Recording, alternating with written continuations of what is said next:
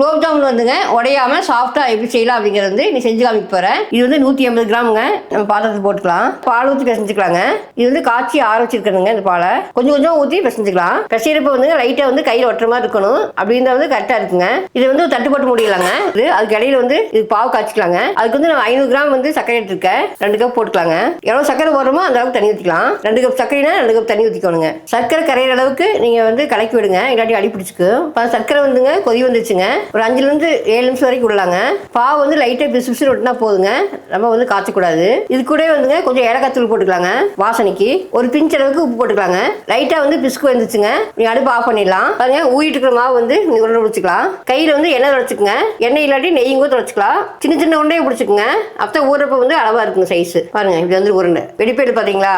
இப்படி வந்துருங்க. இப்படி பிளேட்ல போட்டு வச்சுக்கலாங்க. பாருங்க எல்லா உருண்டையுமே பிடிச்சி எடுத்துட்டேன். இதை வந்துங்க எண்ணெயில போச்சு எடுத்துடலாம். பாருங்க எண்ணெய் வந்து காஞ்சிருச்சுங்க. ரொம்ப காய வைக்காதீங்க. இப்படி உருண்டை போடுறப்ப வந்துங்க டக்குனு மேலே வரக்கூடாதுங்க. மெதுவாக தான் மேலே வரணுங்க. அப்பதான் வந்து எண்ணெய் வந்து கரெக்டாக காஞ்சுக்கு நிறுத்துங்க. உருண்டை எல்லாங்க இதே மாதிரி கரண்டி வச்சு ஒரே மாதிரி கலக்கி விடுங்க. வந்து கலர் வந்து ஒரே மாதிரி வருங்க. பாருங்க பொரிச்ச உருண்டையெல்லாம் வந்து ஒரு பவுல்ல போட்டு வச்சிருக்கேன். இதுல வந்து காய்ச்சின வந்து சிறப்பு ஊத்திடலாங்க. சிறப்பு வந்து சூடா இருக்கணுங்க. அப்பதான் வந்து நல்லா ஊறுங்க. நீங்க சிறப்பு காய்ச்சறப்ப வந்து ஆறிச்சுன்னா அது வந்து மறுபடியும் சூடு பண்ணி கூட ஊத்திக்கலாங்க.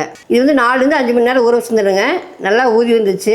சாஃப்டா டேஸ்டா நல்லா இருக்குதுங்க. நீங்க இதே மாதிரி செஞ்சு பாருங்க. செஞ்சு பார்த்துட்டு எப்படி இருக்குன்னு சொல்லுங்க.